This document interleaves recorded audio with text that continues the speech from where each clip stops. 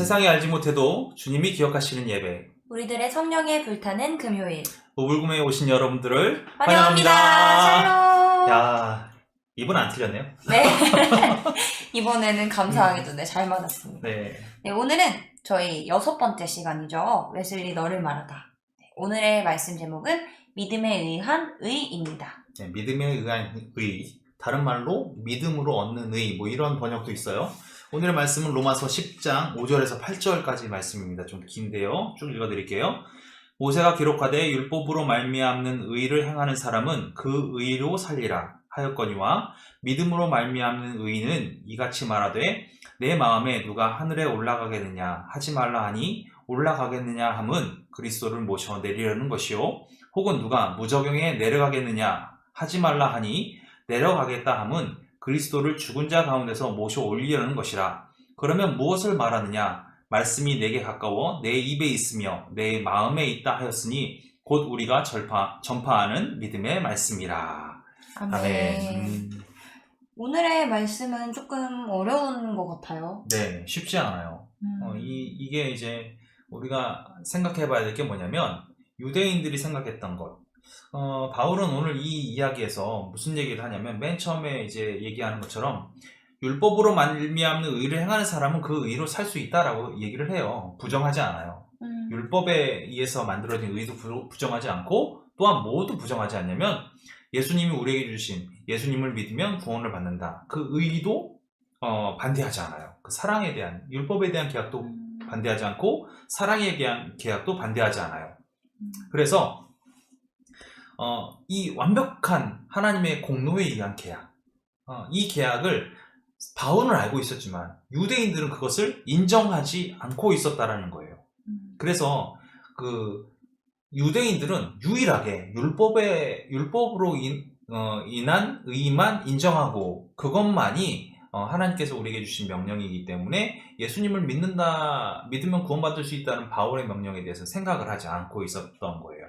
그런데 바울의 목적은 뭐였냐면 이 유대인들이 진짜 구원을 받길 원했던 거죠.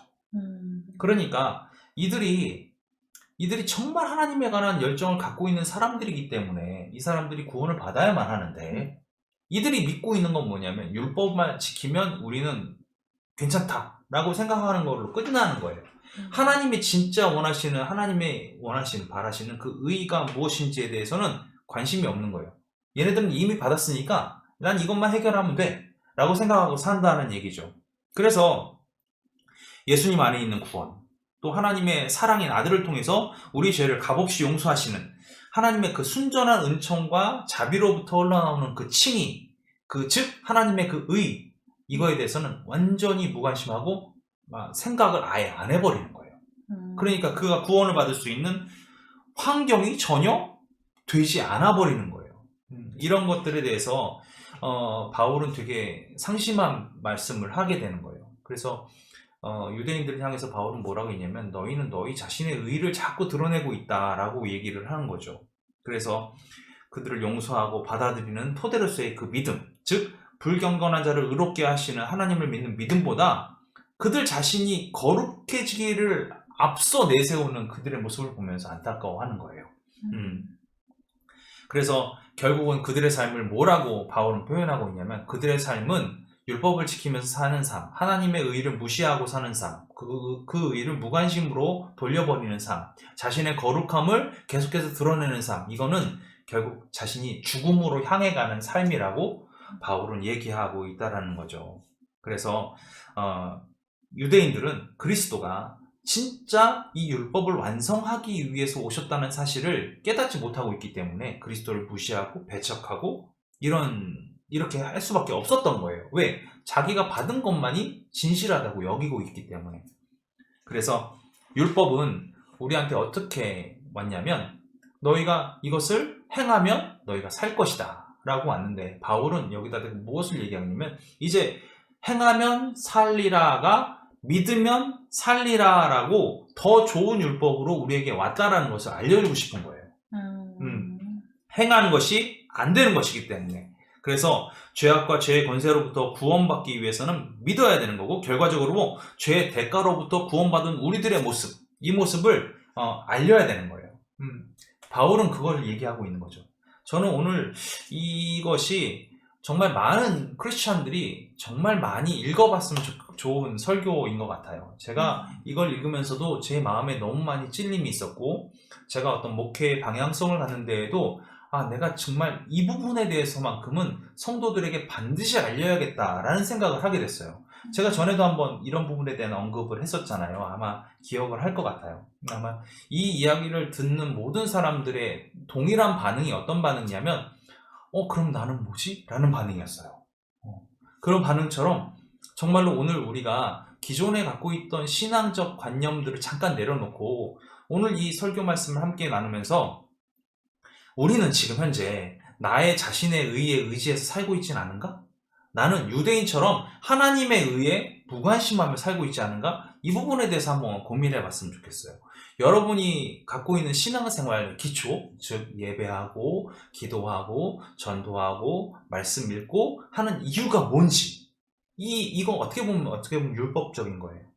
그렇잖아요. 우리가 행하는 것들이잖아요. 근데 이 베이스에 깔려 있어야 된 그 기본적인 것이 무엇인지를 우리가 좀 함께 나누면서 정말로 우리의 신앙이 올바르게 되어 있는가, 그렇지 않은가, 이런 부분들에서 한번 고민해 봤으면 좋겠습니다. 그래서 오늘 웨슬리 목사님은 첫 번째, 율법에 의해서 얻는 의가 무엇인지, 그리고 믿음에 의한 의는 또 무엇인지, 이런 부분들에서 함께 나눴고요. 두 번째로, 율법의 의를, 율법을 신뢰하는 것은 어떤 어리석음인지, 반대로 믿음으로 얻는 의는, 그리고 믿음으로 얻는 의에 복종하는 것은 얼만큼 지혜로운 것인지, 이런 부분들에서 설명한 내용들이 쭉 나오거든요. 우리 함께 나누면서 오늘 키포인트, 정말 나한테 찔림이 있다면 그것을 좀 붙잡고 가는 귀한 시간이 좀 됐으면 좋겠습니다. 네, 오늘 그 전반부의 말씀 중에 그 하나님을 향한 열정이 하나님의 의와는 또 무관심으로 이어질 수 있다라고 바울이 말했다고 그랬는데요. 네. 하나님을 향한 열정,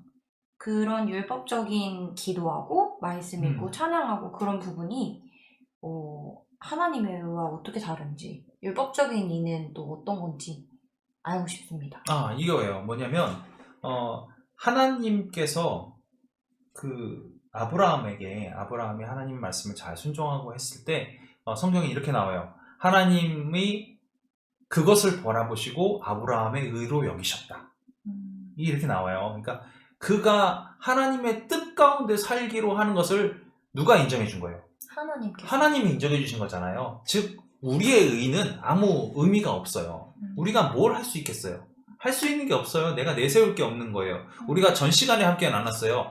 뭐냐면 칭의 이전의 선들은 이게 선이 아니다라고 얘기가 나왔어요. 왜냐하면 그것은 하나님의 뜻에 합당한 선이 아니기 때문에, 하나님의 명령을 따르는 선이 아니기 때문에 그건 선이 아니다라고 얘기했어요. 마찬가지예요. 하나님을 알지 못하고 우리가 하나님을 오판하고 내가 이렇게 행하는 게 하나님한테 내가 정확하게 의의가 있습니다라고 우리들 드러낸다고 한다면 하나님께서 그걸 바라보시고 뭐라고 하시겠어요? 그건 아니야. 너가 잘못 생각하고 있어. 나는 이것을 원해. 라고 얘기할 수 있잖아요. 근데 하나님께서 구약시대의 유대인들에게는 이런 율법이 있으니까 이 율법을 지키면서 살아! 라고 얘기를 했어요. 그 율법을 지키면 어떻게 되는 거예요? 사는 거예요. 그런데 이거를 싹 사라지게 하고 다 없어지게 하고 다른 율법을 주신 게 아니라 이 율법을 완성시키기 위한 어떤 걸 주셨어요. 이것이 하나님의 뜻인 거예요. 이 하나님의 뜻은 이 세상을 이처럼 사랑하사, 어떻게? 독생자를 주시는 것만큼 사랑하사. 그만큼 사랑하셨다는 거예요. 그래서 그 독생자를 믿는 자들이 구원을 얻게 되는 그 놀라운 은혜, 그 사랑의 은혜, 그 사랑의 계약을 우리에게 다시금 맺게 하셨다는 거예요. 그러니까 내가 내세우는 의가 아니라 하나님의 의는 뭐냐면 너희가 이거를 했는데 죽어도 안 됐잖아. 그러니까 이걸 통해서라도 나는 너희를 구원하고 싶어 라는 게 하나님의 의인데, 이것만 계속 붙잡고 있는 사람들은 어떻게 되겠어요? 어리석은 거죠. 어리석죠. 불가능한 거예요. 완전히 무관심했다 그랬잖아요. 아까 예수님을 믿는 걸 무관심하게 했다는 거예요. 그러니까 하나님의 뜻과는 거리가 먼 삶을 계속해서 살게 되니까 이 사람들의 삶은 지옥으로 행하는 삶, 죽음으로 행하는 삶, 이렇게 되어버린다는 거죠. 그 사람들도 잠자는 사람들과 같을 수 있겠네요. 그렇죠. 오히려 그 사람들은 잠자는 자들은 깨어나면 하나님께 돌아올 수 있는 사람이 될 수 있지만 이 사람들은 오히려 마음이 완악하고 바로와 같이 나는 이것이 온전한 거야 라고 생각하는 사람들이니까 돌아오기 더 힘든 거예요. 자신은 그게 의롭다고 여기고 그게 하나님의 뜻이라고 믿고 있기 때문에 그렇죠. 그게 더 큰 문제인 거예요. 하나님의 뜻이라고 완벽하게 믿고 있기 때문에. 그러나 바울은 오늘 얘기했지만 이것이 틀리다라고 얘기한 게 아니에요. 사실은. 그래서 율법적인 이 부분들에 대해서 얘기하면서도 뭐라고 얘기하냐면 율법 지키면 살 수 있어요 라고 얘기를 해요. 사실은 정확하게 말씀드리면 율법대로 살면 살 수 있어요. 그거는 전혀 틀린 말이 아닙니다. 여러분 율법 잘 지키십시오. 그럼 삽니다. 아시겠죠? 네. 단 여기 엄청난 게 나와요. 뭐냐면 보세요. 이 계약은 모든 부분에 있어서 어느 거 하나 빠지면 안 돼요. 모든 부분에 있어서 지속적이며 완벽한 순종을 요구하는 거예요. 율법에 대해서 우리는 한 번도 어기면 안 되는 거예요. 그거는.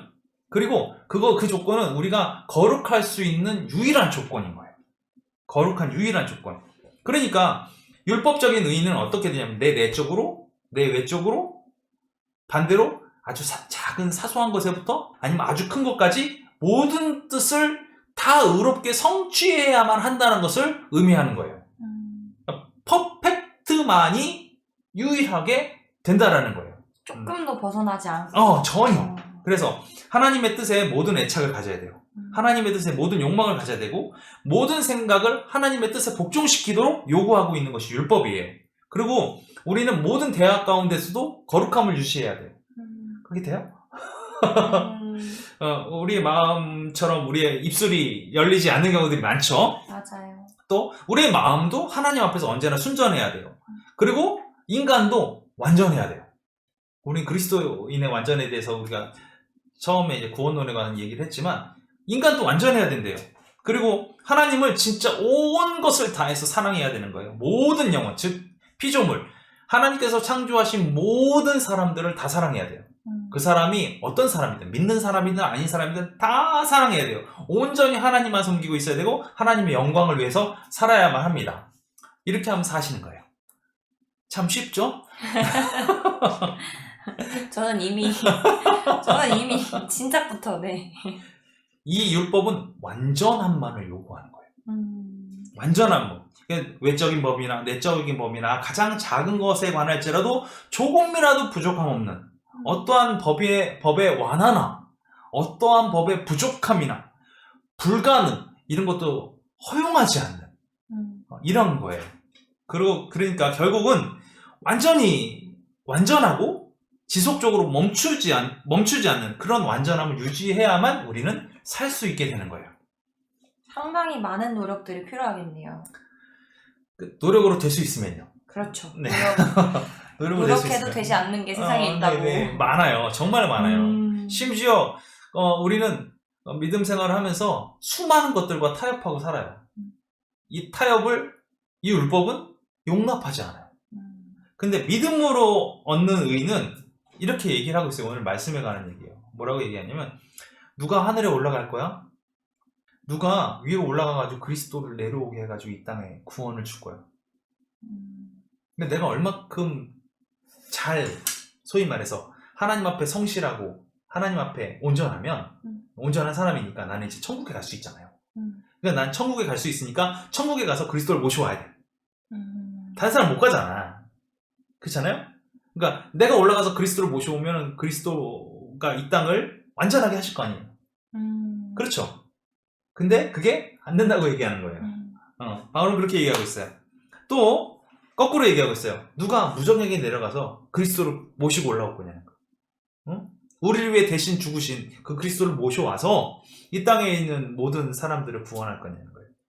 그럴 수 있는 사람은 없다라고 말이죠? 얘기를 하는 거예요. 그래서 근데 심지어 그 얘기를 하면서 뭐라고 했냐면 당신이 그렇게 천국에 올라가고 당신이 그렇게 무정에게 내려가는 사람이라면 수많은 사람들이 당신을 받들지 누가 누굴 받들 거냐는 거예요. 그렇잖아요. 무슨 얘기냐면 내가 천국에 가서 그리스도를 모셔올게. 그러면 나는 엄청난 사람인 거죠. 그렇죠? 거의 정말 성경에 쓰이고 남은 사람이죠. 그렇죠. 그런 사람이잖아요. 그러니까 다른 사람들이 나한테 뭔가 나를 더 떠받들기 위한 어떤 내 의의가 더 드러나게 되는 거예요. 하나님 앞에. 응? 그렇잖아요. 그런데 우리 예수님은 우리한테 뭐라고 했냐면 나를 믿기만 하면 구원받을 수 있다라고 얘기하셨잖아요. 그러니까 뭐라고 했냐면 그런 사람들에게 당신에게 하나님께서 뭔가를 더 해야 됩니까? 이거예요. 하나님께서 당신에게 뭔가를 더 잘 해주셔야 합니까? 아니다. 당신의 말과 당신의 입과 마음에 있어서 하나님 이미 가까이 와 계시다.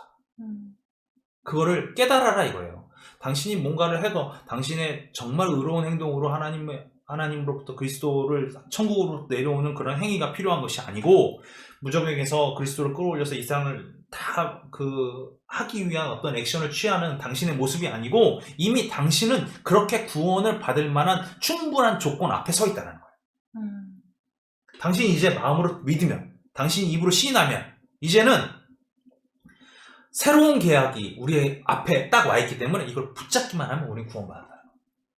이게 믿음으로 인한 의가 우리에게 알려주는 얘기라는 거죠. 즉 칭의의 조건은 하나님에 의해서 하나님의 독생자의 공로와 중재를 통해서 타락한 인간에게 아무런 조건 없이 주어지는 새로운 계약이라는 거예요. 이 계약을 우리는 붙잡아야 한다는 거죠. 이 계약은 그냥 단순하게 갑자기 느닷없이 바울이 짠 나타나가지고 봐라 예수님이 구원 주시지 않겠냐? 믿는 사람 구원 주시지 않겠냐? 이렇게 느닷없이 만들어진 어떤 교리 같은 게 아니라는 거예요. 뭐라고 하냐면 이 계약은 아담으로부터 시작해서 아브라함에 이르기까지 명확하게 계시되었다는 거죠. 뭐라고 얘기했냐면 주께서 말씀하시기를 내가 스스로 맹세하노니 너의 자손 안에서 세상의 모든 나라들이 축복을 받을 것이다 라고 창세기 22장 16절하고 18절에 딱 언급이 되어 있어요. 무슨 얘기예요? 너희 자손 안에서 세상의 모든 나라를 축복을 받을 것이다. 그분이 하나님의 독생자 예수 그리스도라는 거예요. 이미 계시가 됐다라는 거죠. 그리고 그걸로 끝났나? 아니에요. 모세, 다윗, 그리고 이어서 나타난 수많은 선지자들 통해서 우리에게 이미 알려졌어요. 메시아는 우리에게 분명히 올 것이다. 그를 통해서 우리에게 분명한 하나님의 복, 구원을 우리에게 주실 것이다. 이거에 대한 건 분명하게 알려졌거든요. 그래서 그 모든 백성들이 메시아가 올 것이라는 걸 다 알았어요. 기다리고 있었어요. 정말 멋있는 구절이 나와요. 저는 성경에 보면서 멋있는 구절이 나온 게 이거예요. 동방 박사들이 오잖아요. 네. 누굴 찾아왔나요? 예수님. 별 따라서. 별 따라서 왔잖아요. 그래서 예수님한테 바로 갔어요? 아니죠. 아니요. 헤롯 왕한테 먼저 갔어요. 헤롯 왕한테 가가지고 이 땅에 구원자가 메시아가 났다. 그러니까 우리가 그 사람을 찾아서 경배하려고 하니까 당신은 그 장소를 나한테 알려주라. 그러니까 헤롯이 뭐라고 그러냐면 당시에 학자들을 불러와요. 불러가지고 야 지금 쟤네들이 와가지고 예수님 또 메시아가 태어났다고 그러는데 어디 태어나냐? 물어봐요. 근데 여기에 학자들이 놀라운 예대기를 해요. 저는 깜짝 놀랐어요. 뭐라 그런지 알아요? 뭐라고 했어요? 성경에 뭐라 그러냐면 베들레헴에서 났는데요. 알고 있는 거예요. 메시아가 어디서 태어나는지까지 알고 있는 거예요. 그 학자들이. 헤롯이 살고 있는 성에서 나타난 왕궁에서 태어날 줄 알고 사실은 동방박사들이 왕궁에 온 거예요. 메시아는 왕궁에서 태어나겠거니 하고. 왔는데 와서 물어보니까 잠깐만요. 내가 알아볼게요. 그리고 학자들 불러와서 어디서 난다니? 그러니까 베들레헴인데요. 정확히 알고 있어요. 정확히 알고 있어. 정확히. 이게 안 알려진 게 아니에요. 모든 백성이 명확히 알고 있었던 거예요. 그런데 사실 그 일을 딱 듣는 순간 정말 마음속으로 기다리고 마음속으로 간절히 원했던 그 메시아가 낫다라는 것을 확인받는 순간 왕은 뭐 해야 될까요?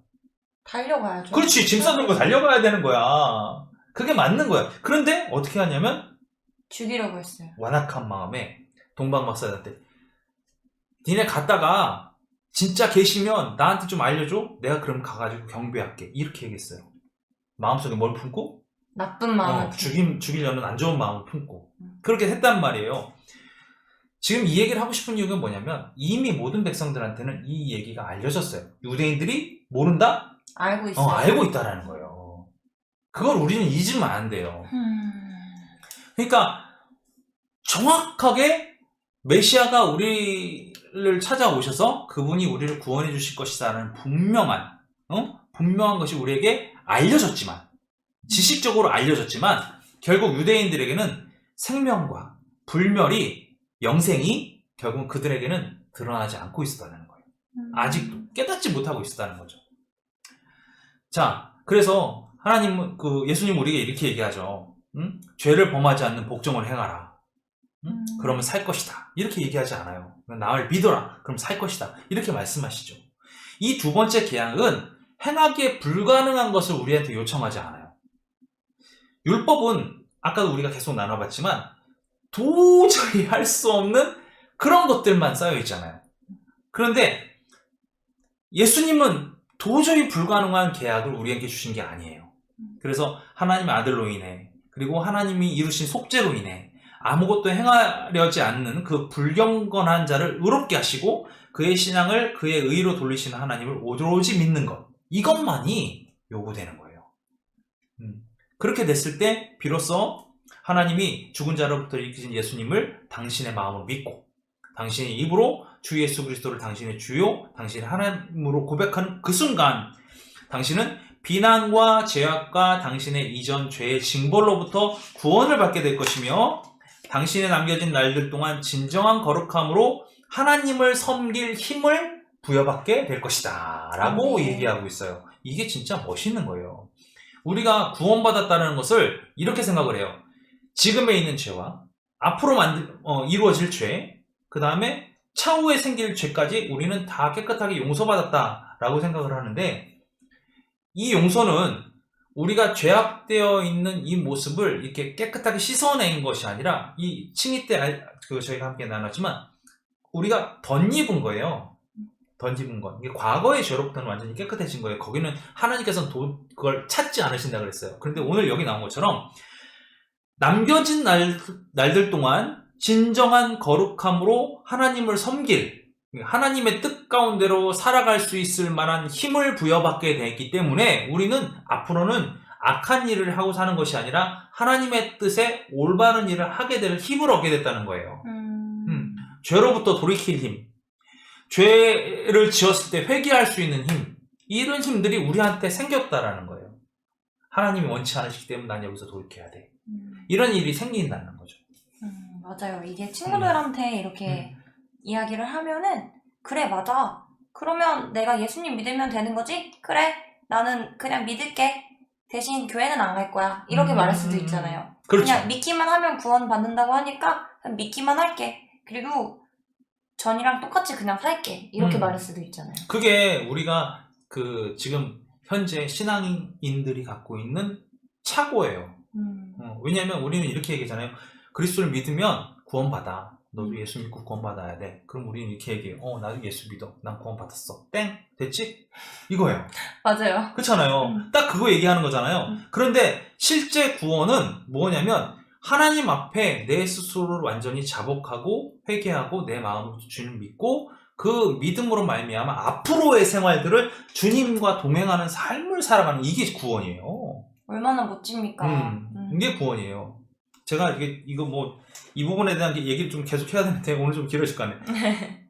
만약에 천국에 지금 갔어요. 하나님이 계시고 예수님이 계시고 성령님이 다 계셔요. 거기서 이제 천국 백성으로 사는 거야. 살 수 있을 것 같아요? 진짜로? 지금 이 모습으로? 지금 이 모습으로? 잠깐만, 거울이. 어떨 것 같냐고. 이 모습으로?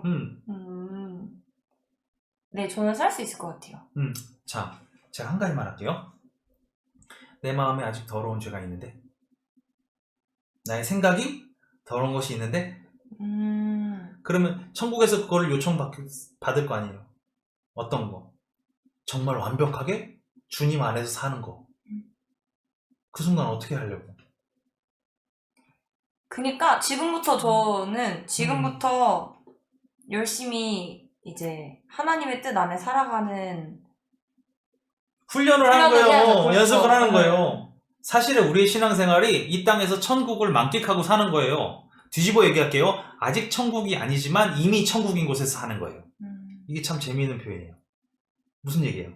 아직은 천국이 아니에요. 우리가 육을 갖고 있으니까. 근데 이미 천국에서 산다니까요? 예수님과 동행하면서 살기 때문에 이미 천국이죠. 이미 천국이다. 근데 여기는 아직 천국은 아니야. 이것을 우리가 정확하게 이해해야 돼요. 그래서 그것을 알고 가는 사람. 그래서 그 걸음걸음이 아름다울 수밖에 없는 거예요. 내가 지금 조금 쓰러질 수 있지만 주님의 힘으로 이겨낼 수 있는 힘. 이것이 생기기 때문에 그렇게 되는 거예요. 아멘. 그래서 율법과 이 믿음으로 얻는 이는 분명한 차이점을 두고 있죠. 그래서 율법은 아까 얘기한 것처럼 천국에 가 있단 말이에요. 근데 천국에 가 있으면 몸만 천국인이에요? 마음도 천국인이잖아. 네. 정신도 천국인이잖아. 네. 그쵸? 하나님 아니면 안 되는 그런 삶, 아까 우리가 얘기했듯이 완벽한 사람인 거예요. 그가 다시 죄를 안 지으려면 어떻게 해야 될까? 다시 죄를 안 지으면 다시 죄를 안 지으려면 이게 완벽하게 거룩한 사람이에요. 천국 백성. 하나님의 창조된 하나님의 형상을 회복한 사람. 다시 죄를 안 지으려면 어떻게 해야 할까요? 하나님과 떨어지지 않으면 되지. 그쵸? 아담을 생각하면 돼요. 하나님의 형상을 갖고 있는 아담. 이 아담이 어떻게 됐어요? 죄를 지었어요. 하나님의 명령에 불순종했어. 응. 명령에 불순종했어. 자, 이 명령이 뭘까? 이 율법이라는 거예요. 그러니까 율법의 전제 조건은 뭐냐면 우리가 완벽하게 거룩한 사람들이 아담과 같은 사람들이 하나님의 법에 불순종하지 않기 위해서 주신 거예요. 그러니까 완벽한 사람들은 이웃을 사랑하는 게 당연해요. 완벽한 사람은 선을 행하는 게 당연해요. 이건 지금 분명한 법이긴 해요. 법이긴 한데 그렇게 사는 게 당연한 거예요. 아침에 일어나요, 자요? 아침에 잘 때가 많죠? 네, 잘 때가 그건 많습니다. 잘 때가 많아요, 일어날 때가 많아요? 일어날 때가 많아요. 일어날 때가 많죠? 네. 그 누가 어떻게 해야 일어나요? 아니요? 그냥 눈 떠지죠? 네. 계속 한번 자려고 해봤어요? 그렇지만 쉽게 되지 않더라고요. 그냥 눈 떠지죠? 왜요? 마음은 자려고 했는데? 네, 아침이라서 자꾸 눈이 떠져요. 눈이 떠지잖아요. 자려고 했는데 떠지잖아요. 이게 자연스러운 거예요. 완벽하게 자연스러운 거예요. 그러니까 무슨 얘기냐면 거룩함으로 완전히 회복된 사람은 율법을 지키는 게 자연스러운 거예요. 우리가 목이 타면 물을 마시잖아요. 그게 목이 타면 물을 마시는 게 자연스러운 거잖아요. 그쵸? 목이 탄데 밥을 막 먹고 목이 탈 때 막 미숫가루를 막 가루채 퍼먹고 이런 사람이 있을까요? 그럼 아마 목매어 죽을 거예요. 옆에 사람들이 막 얘기할 거예요. 우리한테 분명히 얘기하죠. 야, 미숫가루 그렇게 퍼먹으면 목매어. 그렇게 얘기할 거 아니에요. 근데 그걸 얘놓고 얘기하는 거예요. 그게 법이면. 우리는 미숫가루를 먹을 때는 목매이니까 먹지 말고 물을 마셔야 되는구나. 이걸 법으로 생각하면 어떻게 돼요? 미숫가루 내려놓고 물을 가지러 가고 그걸 마시고 이런 행동들을 할 거예요. 그리고 시원함을 느끼겠죠. 그러나 그것이 그에게는 자연스러움이 아니에요. 난 물보다 미숫가루를 먹고 싶은데 이 마음이 더 들면 의식적인 행위라는 거죠. 그렇지. 물을 마시는 게. 자연스러움이 아닌 거예요. 알지 못하는 거예요. 불에다 손을 집어넣어요. 그럼 어떻게 돼요? 뜨거워요. 손이 익어요. 그렇잖아요. 네. 뜯어먹을 수도 있어요. 그 상황이 되면 뭐예요? 떼야죠. 떼야 되는 거잖아요. 그 자연스러운 거예요, 그게. 죄의 근처에 가면 손을 확 띄면서 아니야. 이게 익숙한 거예요. 그런데 우리는 뭐냐면 그 자연스러움은 그러니까 완벽한 사람이 자연스러움을 느끼게 되는 거예요. 율법은 아담처럼 하나님의 형상을 온전히 갖고 있는 사람만이 할 수 있는 거예요. 우리가 그걸 잃으면 안 돼요. 그렇잖아요. 그런 사람들만이 율법을 지키면서 완벽하고 거룩한 상태를 유지할 수 있는 거죠. 그러나 우리는 어때요? 이미 불경건하고 이미 불행한 사람이에요. 그래서 율법과 같은 그 계약은 하나님의 기뻐하심과 그의 지식과 사랑, 거룩함과 행복 가운데 인간이 계속 지속적으로 거하기 위해서 할 수 있는 것이 없는 거예요. 불가능한 거예요. 왜요? 보세요. 아까 우리가 원수를 사랑해라 라는 법이 우리한테 있었단 말이에요. 100이면 100 물어보면 다 뭐 하는지 아세요? 불가능하다고 얘기해요. 안 된다고 얘기해요. 어디서 안 될까요? 사랑하라. 여기서 안 돼요. 그렇죠. 여기서 안 맞아요. 되는 여기서. 음. 되질 않는 거예요. 여기서. 머리는 그래 하나님 명령했어. 사랑해야지. 보는 순간 이건 아니야 이러고 오더라는 거예요. 왜? 마음이 안 열리는 거예요. 마음. 되질 않는 거예요. 이처럼 온전하지 않은 사람은 그게 불가능한 거예요. 근데 은혜의 계약, 예수를 믿는 믿음으로 얻는 의의 계약은 하나님의 기뻐하심과 하나님의 생명을 인간이 회복하기 위해서 오로지 믿음만을 요청하고 있는 거예요. 그래서 하나님을 통해서 순종하지 않았던 인간들, 정말로 불행하고 불순종했던 그런 사람들, 이런 사람들이 하나님 앞에 나아가게 됐을 때 그 사람들을 의롭다 하시고 그 다음에 정말 그렇게 만드시는 하나님을 살아계시다 믿는 믿음을 요청하는 거예요. 놀라운 일이죠. 그러면 이 두 믿음의 차이가 그 율법에 의한 의랑 하나님에 의한 의, 그 믿음에 의한 의, 그 차이점이 이제 율법은 율법을 믿음으로써 그 의를 얻게 되는 거고 율법을 행함으로써 완벽히 그리고 그 믿음에 의한 이는 그냥 나는 할 수 없다는 것을 믿고 이제 예수님을 의지할 때 의롭게 된다는 건가요? 그렇죠. 믿음에 의한 이는 전제 조건이 있어요. 그러니까 보면은 아까 율법에 의한 의는 완벽한 인간을 기준으로 삼았다면 그렇죠. 믿음에 의한 이는 오히려 거꾸로 우리는 완벽하게 죄인이라는 거예요. 그렇죠. 우리가 완벽한 죄인이라는 것을 우리가 고백했을 때 당신은 죄야. 그렇게 고백했을 때 그 순간 조건반사적으로 하나님은 사랑이야. 이게 나올 수 있는 거예요. 내가 하나님의 사랑을 받을 수 없는 완벽한 죄인이라는 걸 알기 때문에 하나님의 사랑이 나한테 더 크게 다가올 수밖에 없는 거죠. 그래서 하나님만이 은혜를 갖고 계신 분이고 하나님의 은혜만이 우리를 살게 하는 유일한 것이라는 거예요.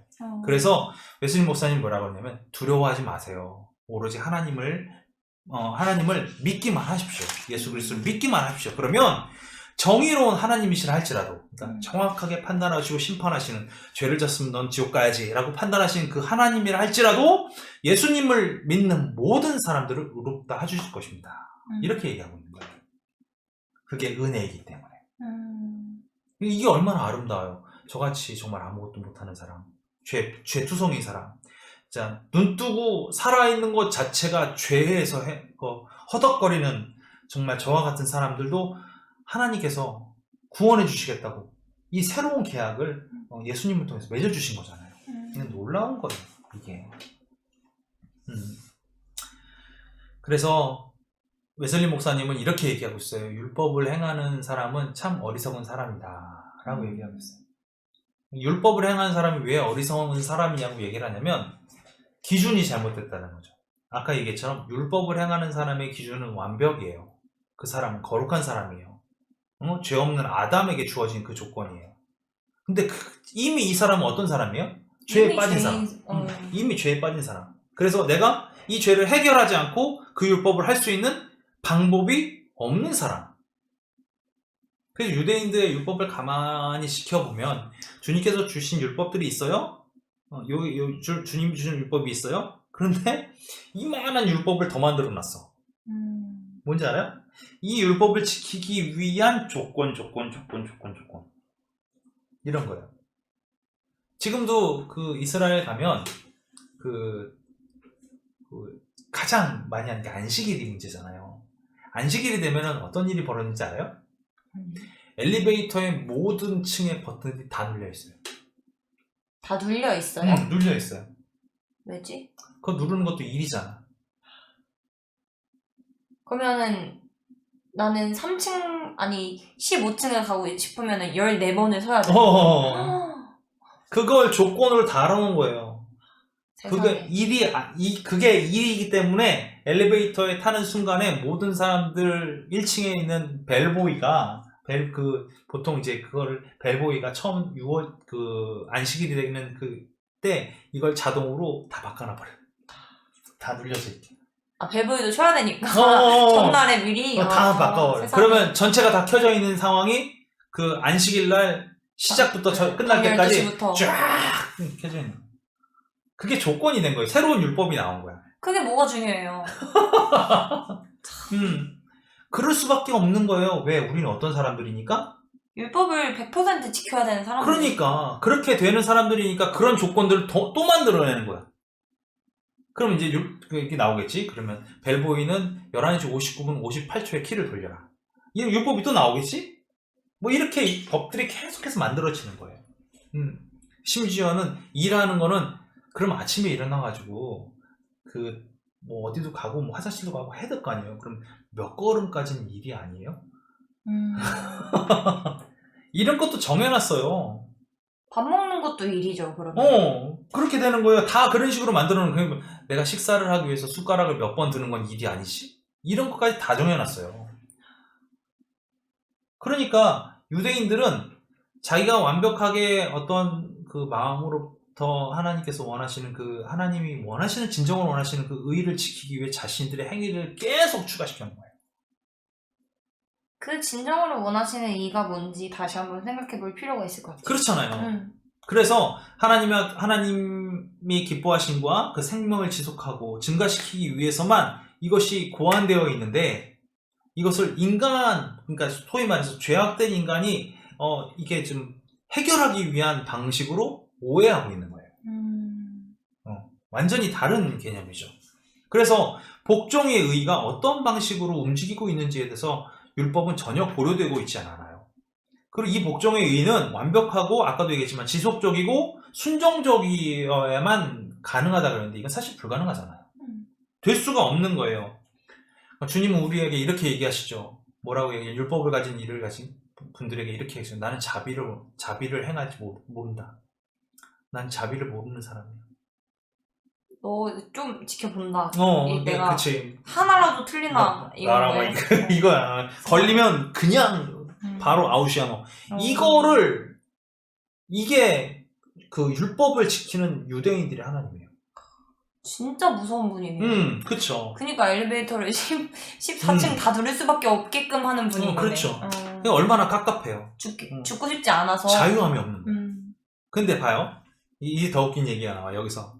이전에 작은 죄라도 하나 졌으면 이미 끝난 거예요. 그쵸.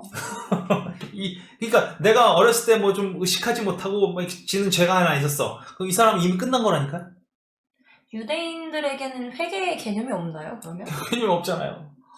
그러니까 어떻게 해요? 통곡하는 거예요. 주님 이것만. 진짜 어떡해요. 그것만 하는 거예요. 저런. 답이 없는 거예요. 하나님 앞에 계속 뭐 속죄 제사를 지내고 뭐 이런 것들이 계속해서 이루어지긴 하죠. 그런 부분들이 안타까운 거예요, 사실은. 불가능한 거예요. 왜요? 그가 돌이킬 수 있는, 보세요. 율법은 다 지켜야만 이루어지고 과거의 모든 죄도 다 이루어지고 주님을 믿기만 하면 과거의 모든 죄가 사함을 받아요. 이분들은 지금의 어떤 움직임들은 무브먼트들은 다 선하다고 얘기할 수 있지만 과거의 죄는 안 되잖아. 해결이 안 되잖아요. 그래서 이들은 지금 어떻게 살고 있다 할지라도 과거의 죄 때문에 죽을 수밖에 없는 거예요. 왜? 과거의 계약을 붙잡고 있으니까.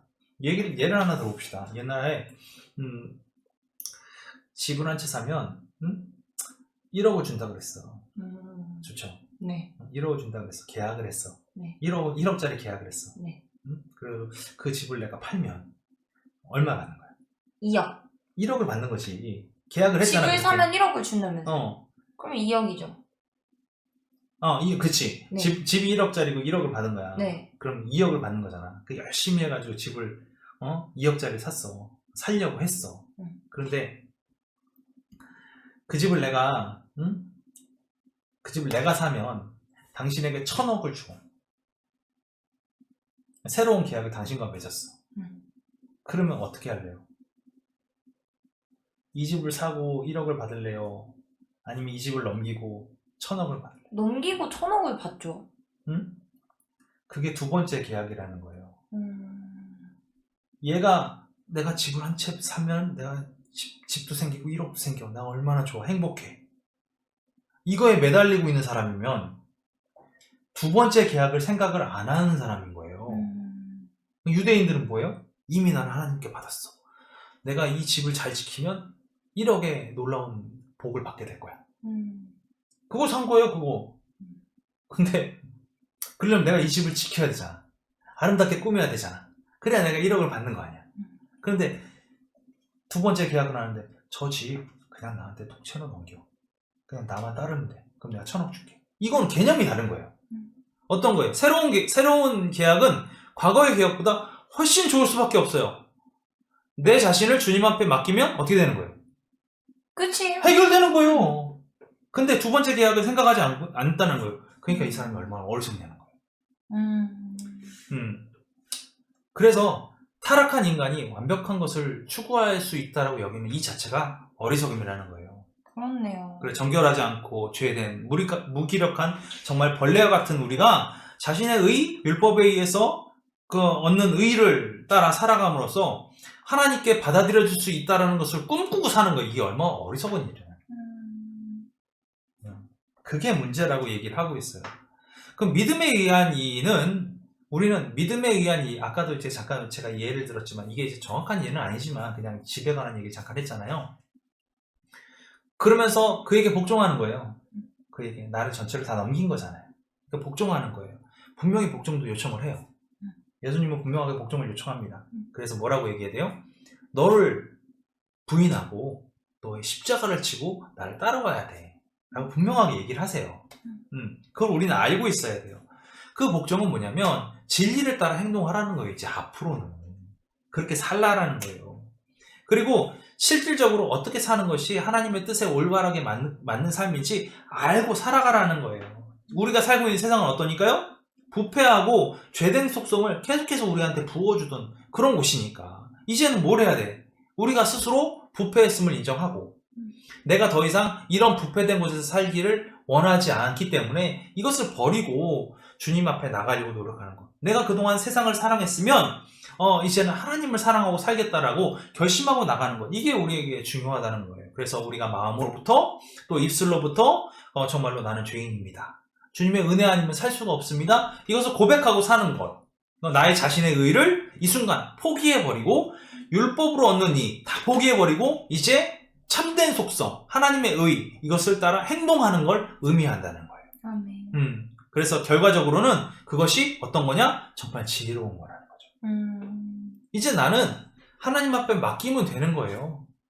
그것이 주님이 원하시는 거예요. 근데 이게 놀라운 게 뭔지 아세요? 그게 하나님에 의해 선택되어진 방법이라는 거예요. 이게 멋진 거예요. 하나님에 의해서 선택되어졌다는 거예요. 하나님이 나는 이 방법으로 너와 화해하기를 원해 라고 선택했다는 거예요. 예수님을 믿는 그 방법, 나를 포기하고 주님 앞에 다 엎드려지면 하나님의 은혜를 받는 이 방법을 통해서 너와 내가 이제 관계가 개선되어졌다라고 얘기하고 계시는 거예요. 하나님이 선택 방법인데 내가 선택한 방법으로 하나님 따라오세요. 이건 말이 안 되잖아요. 그렇죠. 하나님이 선택한 방법을 내가 선택을 했어. 이게 얼마나 지혜로운 일이라는 거예요. 율법에 의한 이와 믿음에 의한 이가 이만큼 달라진다는 거죠. 이건 주님이 선택하신 거예요. 하나님이 선택하신 거예요. 그래서 이것이 진짜 건강한 것이고 이것이 정말 지혜로운 것이라는 거죠. 그래서 하나님이 선택해 주신 그 화해의 길, 이 길로 우리가 걸어가는 것, 이게 정말 아름다운 거예요. 정말 값없는 사랑, 그 은혜, 그거 아니면 안 된다라고 우리가 고백하고 사는 것, 이것이 주님과 하나님과 화해하는 유일한 길이라는 거예요. 그래서 우리는 할 수 있는 최상의 것을 추구하고 살아야만 해요. 그렇다면 어리석은 걸 추구하고 살 것이냐 아니면 지혜로운 것을 추구하고 살 것이냐 우리가 선택해야 한다는 거죠. 그래서 우리가 추구해야 될 것은 오늘 이 시간 웨슬리 목사님이 뭐라고 얘기하냐면 하나님 안에서의 행복을 추구하고 사십시오 라고 얘기하는 거예요. 그래서 우리의 최고의 목적 뭐였죠? 구원받는 건 하나님의 형상을 회복하는 것. 이 하나님의 형상을 회복하는 것, 하나님과 관계가 개선되어지는 것, 이제 앞으로 죄의 멍에와 죄의 사슬에서 다 해방되어서 주님의 의와 주님의 복으로, 그 은혜로, 주님의 사랑으로 살아가는 것, 이것이 진정한 복종이라는 거예요. 그리고 그것이 바로 독생자이신 예수 그리스도를 믿는 거라고 얘기하고 계신 거예요. 아멘. 재밌죠? 네, 그러면 여기서 말씀하신 그 부분이 그 하나님의 형상을 회복하는 것에서 요 전에 그 말씀하신 그 부분이 그 예수님을 이제 구주로 고백하고 그 믿음으로써 믿음에 의한 의를 통해서 이제 하나님을 향한 거룩을 하나님 형상을 회복할 힘을 얻게 하신다는 거. 그게 그쵸. 정말 감사한 것 같아요. 그쵸. 그게 정말 멋있는 거예요. 그게 하나님이 선택하신 방법이라는 거죠. 우리가 선택한 그 방법으로 우리의 힘으로 그 모든 율법들을 지키려고 해서 하나님의 형상을 되찾을 방법은 없다라는 거잖아요. 그쵸. 그게 진짜 멋있는 거예요. 정말 대단한 것 같아요, 웨슬리 목사님. 자, 그래놓고 이렇게 얘기하고 있어요. 자, 우리는 먼저 이것을 행해야 됩니다. 나는 좀 나의 죄를 좀 정복해야 되고요. 예배도 더 많이 나가야 되고, 기도도 더 열심히 해야 되고, 말씀도 더 많이 들어야 돼요. 그렇게 하세요? 어때요? 아닌 것 같아요. 왜 아닌 것 같아요, 그게? 다 그렇게 했잖아요. 또 이제 내가 하는 거잖아요. 내가 주체가 나잖아요. 또 그게 내가 말씀을 더 듣고 내가 기도를 하고 또 나의 행위로 의한 이게 그 율법에 의한 의를 말하는 것 같아요. 우리는 베이스먼트를 먼저 생각해야 돼요. 그러니까 뭐냐면 우리는 율법에 의한 이와 믿음에 의한 일을 이제 우리가 함께 나누면서 가장 먼저 생각해야 될 포커스가 하나가 있는데 그게 뭐냐면 마음이에요. 영혼이에요. 이게 가장 중요해요. 아까도 이게 율법에 관한 의에 대해서 완벽한 자, 하나님 앞에 완벽한 자의 마음을 갖고 있는 사람은 율법을 행하는 것이 너무나 당연한 것이다 라고 얘기를 했잖아요. 근데 우리는 지금 저와 여러분이 이 부분 정말 깊이 한번 고민해 보았으면 좋겠어요. 여러분의 마음 깊은 곳에 무엇이 자리 잡고 있기 때문에 여러분은 말씀을 보세요. 여러분 기도를 하시고 여러분 예배를 드리시고 여러분 죄를 정복하세요. 여러분 마음에 무엇이 먼저 있냐는 거예요. 웨슬리 목사님 뭐라고 얘기했냐면 주님께서 나를 완벽하게 구원해 주셨다고 믿으라는 거예요. 그 믿음이 베이스가 되어야 된다는 거예요. 당신의 죄를 위해 속죄물이 되신 예수 그리스도를 먼저 믿는 것. 이 토대가 먼저 쌓여야 한다는 거예요. 우리는요. 회장님 잘 생각해 보세요. 교회 다니는 사람 많아요. 믿지 않아요. 그 사람들. 교회를 다니고 있지만 믿지 않아요. 예수 그리스도가 나의 죄를 위해서 완벽하고 충분한 속죄물이 되셨다는 사실을 믿지 않아요. 그러니까 어떤 일이 벌어지냐? 나는 교회에 다녀요. 예배 드려요. 나는 기도해요. 방향성이 없어지는 거예요. 방향성이. 여러분 아까도 얘기했지만 우리가 예수 그리스도를 믿는다라는 것은 앞서 얘기한 모든 것들이 당연하게 되는 거예요. 내가 예배가 당연하게 되는 거예요. 예배를 사모할 수밖에 없는 거예요. 내가 주님을 향한 기도 시간을 안 가질 수가 없는 거예요. 우리는 식사 때만 기도해요. 놀랍죠? 그게 기적이에요. 예수를 믿고 있으면서 식사 때만 기도해요. 예수를 믿는다고 하면서 선을 행하지 않아요. 예수를 믿는다고 하면서 예배보다 나가 놀아다니는 게 더 좋아해요. 예수를 믿는다고 하면서 사람들과 교제하기 위해서 이 땅에 와요. 이거는요, 정말 놀라운 기적입니다. 어떻게 주님이 계신 우리 10년 가운데서 그것이 당연하지 않을 수가 있겠냐는 거예요. 그건 기적이에요. 예수를 믿는데 따뜻함이 없어요. 예수를 믿는데 욕이 나와요.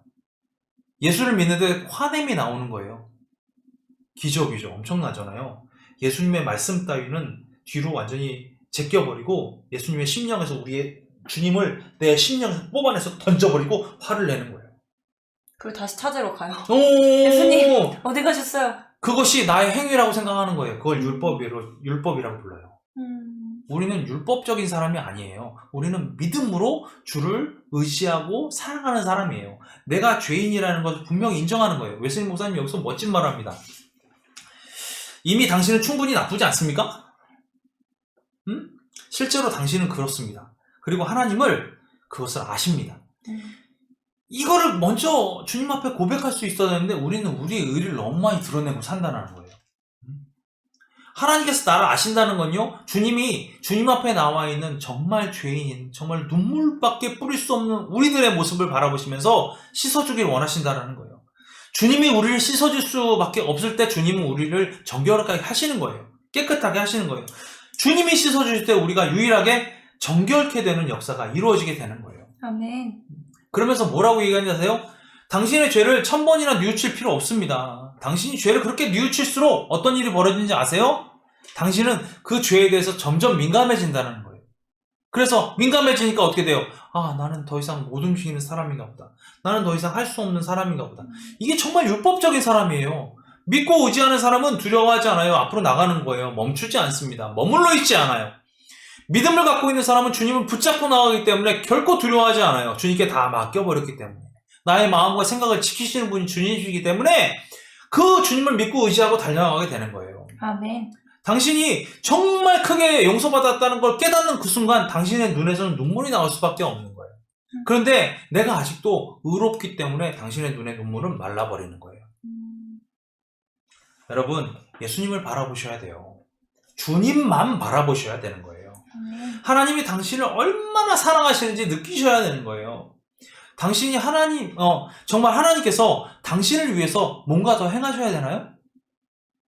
정말로 뭔가 구원을 위해서 하나님께서 뭔가 당신을 위해서 뭔가 더 드러내셔야 되나요? 우리가 구하는 건 왜 그렇게 많나요? 우리는 더 이상 구할 게 없는 거예요. 주님께서 이미 다 하셨기 때문에. 우리가 해야 되는 게 뭔지 아세요? 주님을 끝없이 바라보는 거예요. 주님, 나는 죄인입니다. 나는 아무것도 할 수 없습니다. 내가 무엇을 할 수 있겠습니까? 주님이 다 하셨습니다. 그렇기 때문에 나는 주님이 원하시는 이러한 것들을 그냥 할 수밖에 없습니다. 이렇게 고백하는 거예요. 그게 아름다운 것이거든요. 그게 가능한 건 뭔지 아세요? 주님이 우리를 고아처럼 버려두지 않은 거예요. 언제나 함께 하시겠다고 말씀하셨잖아요. 그 주님이 나와 동행하고 계신 거예요. 우리는요, 참 이 말이 참 그런데 우리는 주님을 만나고 싶을 때 만나기 원해요. 내가 원할 때 주님을 만나면 된다고 생각하는 거예요. 그러나 주님은 언제나 어느 때나 나와 함께 하길 원하시고 나와 동행하길 원하시고 나와 대화하길 원하시는 거예요. 우리는 그런 주님을 알고 있어야 돼요. 그런 주님을 믿어야 되는 거예요. 주님께서 당신의 죄가 완전히 사라지기 위해서 뭔가 좀 더 신실한 것을 요청하고 계십니까? 당신에게? 그렇지 않잖아요. 당신의 신실하심을 위해서 하나님께서 뭔가 좀 더해 주셔야 되는 거예요? 아니면 뭔가 좀 은혜를 더 부어주셔야 하는 뭔가가 필요한 거예요? 당신이 좀 더 신실해지기 위해서 당신의 어떤 은혜를 받고 있는 그 가치를 위해서 주님께서 뭔가 더 한 액션이 필요하신 거예요? 그게 아니잖아요. 여러분, 그걸 원하시는 분이라면 당신은 당신의 의의를 아직도 더 주님 앞에 드러내고 계십니다라고 웨슬리 목사님이 얘기하고 계시는 거예요. 우리가 드러낼 게 없어요. 우리는 드러낼 의의가 없는 존재잖아요. 하나님 앞에 엎드러질 것밖에 없는 거예요. 내가 의로워서 하나님이 나를 불러주신 게 아니에요. 하나님께서 나를 선택해 주셨고요. 예수 그리스도가 내 죄를 대속하시기 위해 완벽하고도 충분한 그 대속제물이 되어 주셨다는 거예요. 그리고 이런 죄인을 불러주셔서 깨끗하게 해주시는 그 하나님의 자비로우심이 있기 때문에 내가 이 자리에 있을 수 있다는 거예요. 우리는 아무것도 내세울 게 없는 존재라는 거죠. 아멘. 인간은요, 오늘 이 웨슬리 말씀처럼 이렇게 살아야 돼요. 스스로 사형 선고를 하고 자기 스스로를 정죄받아야 할 죄인이라고 여기고 자신의 위에 하나님의 진노가 임하도록 여겨야 합니다. 누구나 이 생각 안 하고 살잖아요. 어떻게 살아요? 난 깨끗하고 구원받은 백성이야. 이렇게 살잖아요. 그런데 오늘 웨슬리 목사님 뭐라고 그랬지? 다시 한번 말씀드릴게요. 인간은 스스로 사형 선고를 하고 자기 스스로를 정죄받아야 할 죄인이라고 여기고 자기 위에 하나님의 진노가 임하도록 해야 된다는 거예요. 자기 위에 하나님의 진노가 임하도록 해야 하는 이 사람은요, 어떤 사람인 줄 아세요? 어떤 사람인지 아세요? 하나님 앞에 엎드러지는 사람이에요. 내가 어떻게 삽니까? 하나님의 진노가 임하는 사람에게 하나님께서 이렇게 명령하지 않으세요. 이대로 행해. 그러면 살아. 이렇게 명령하지 않는다고 말씀하시는 거예요. 오직 믿기만 해라. 그러면 산다. 주 예수 그리스도를 믿어라. 그리하면 너와 내 집이 구원을 받을 것이다. 주님이 이렇게 요청하고 계시다는 거예요. 주님 앞에 온전히 엎드려지고 나는 죄인입니다. 주님의 진노가 내 머리 위에 있습니다. 언제라도 이제 주님의 진노가 내 머리 위에 있다는 얘기가 무슨 얘기인지 알아요? 나는 내가 죄인이라는 거, 내가 악하다는 걸 인정하는 거. 이 내용이 어떤 거냐면 옛날에 그 사형 선고받은 사람이 이런 나무판 위에다가 머리 올려놓죠. 머리 올려 사형 선고받은 네. 사람. 그럼 옆에 두건수군인 사람이 뭐예요? 이제 이 많은 칼 네. 들고 이제 시작하면 뭐예요? 이렇게 불어서. 우리는 그렇게 하지만 네. 툭 하면 죽은 거잖아요. 자, 그럼 한번 시범을 합시다. 자, 여기 이게 그 판이에요. 네. 그럼 어떻게 해요? 머리를 이렇게 자. 올리고. 이 상태가 진노가 임한 상태예요. 아. 칼이 지금 여기 목이 와 있어. 이미 와 있어. 진노가. 이미 여기 칼이 와 있어. 이제 뭐 하면 돼? 주님은 치기만 하면. 이렇게 하면 돼요. 우리가 구할 건 뭘까? 살려주세요. 어, 잘못했습니다. 살려주세요. 그게 은혜야. 우리는 그렇게 안 살아. 주님의 진노가 내 머리 위에, 내 몸 위에 딱 올려가는 걸 알고 살아야 되는데 그렇게 안 살아. 그러니까 세상 사람들 아무데서 내 머리 이렇게 들고 사는 거야. 오늘 유대인들에게 선포된 것처럼 이 믿음의 말씀은 우리 앞에 와 있어요. 여러분 고개 들고 계세요? 아니요. 주님 앞에 엎드려 주셔야 돼요. 오늘 웨슬리 말씀처럼, 웨슬리 목사님 말씀처럼 여러분 목에 주님이 칼을 들이대고 계신 거예요. 우리가 해야 될 건 뭔지 아세요? 오늘 회장님 말씀하신 거 그거예요. 그거 그대로예요. 살려주세요. 주님의 은혜 아니면 살 수 없습니다. 그때 비로소 나는 너의 불의에 자비를 베풀어서 너의 죄악을 더 이상 기억하지 않을 것이다 라고 우리에게 말씀해 주신다는 거예요. 아멘. 여러분 예수님을 믿으십시오. 예수님 바라보십시오. 그리고 우리 스스로를 바라보십시오.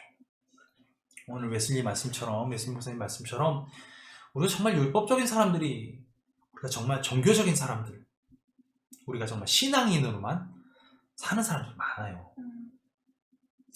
우리가 계속 이제 이 말씀을 나누고자 하고 정말 이게 정말 중요하다고 생각돼서 우리가 함께 나누는데, 신앙인이 아니라 종교인이 아니라 그리스도인으로 살아갔으면 좋겠습니다. 아멘. 그래야만 주님이 원하시는 뜻 가운데 주님이 원하시는 방법으로 화해하게 되는 거예요. 우리가 그 은혜를 누리는 우리 방송을 보고 계신 모든 분들이나 우리 청년부, 그 다음에 우리 회장님, 모든 그리스도인들 다 되었으면 좋겠습니다. 아멘. 저희 모두가 같이 살았으면 좋겠습니다. 저는 이거 볼 때마다 막 눈물이 나요. 이 말을 할 때마다 눈물이 나요. 우리는 하나님의 진노가 내 목 위에 올라타 있다는 사실을 생각하지 못하고 살아요. 맞아요. 정말 주님이 언제라도 우리를 데려가실 수 있잖아요. 그 순간 우리가 주님 앞에 잘못했습니다 주님, 이렇게 고백할 수 있는 시간이 없어진다면 얼마나 안타까울까, 이런 생각을 해요. 지금이라도 주님을 바라보시고 주님 앞에 엎드려 주시고, 주님 나는 죄인입니다, 용서해 주세요, 살려주세요 라고 얘기하는 우리들이 됐으면 좋겠어요. 네. 꼭 그런 돌이킴이 있는 우리 모두가 되었으면 좋겠습니다. 네. 감사하며 저는 언제나 이게 은혜인 것 같아요. 이렇게 하나라도 나눌 수 있는 게 은혜인 것 같아요. 다음 편은 뭐죠, 우리? 네, 다음 편은 하나님의 나라로 가는 길입니다. 하나님 나라로 가는 길. 네. 사실은 이 다음 편이요, 우리가 이제 구원론에 관한 이야기를 했잖아요. 웨슬리 목사님이 설교를 하는 가장 기본적인 메인 테마가 이거예요. 이게 그 성화로 완전에 이르는 길을 말하는 건가요? 아니, 우리가 천국까지 가는 길이에요. 우리가 살아가야 되는 길이 어떤 길이냐? 우리는 천국을 바라보고 가야 되는 길이에요. 성화의 길을 이렇게도 표현을 해요.